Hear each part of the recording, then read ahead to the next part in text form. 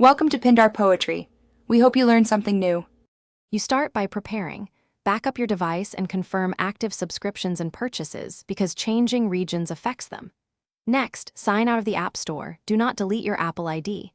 Have a valid address and payment method for the new country ready. This is essential. Once signed out, open Settings, go to your Apple ID, and choose Media and Purchases. Tap View Account and be ready to change country/region. These steps set the process in motion.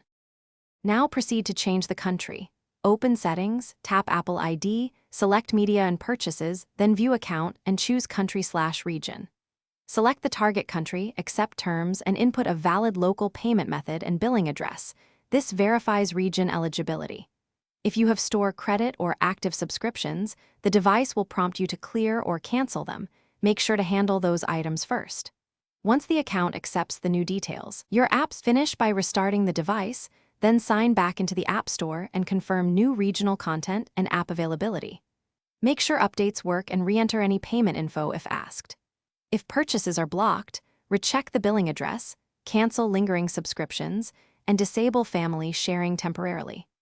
If the account still cannot change due to regional locks, the only reliable workaround is to create a separate Apple ID set to the target country. Sign in with it for downloads, and keep your primary ID for existing purchases.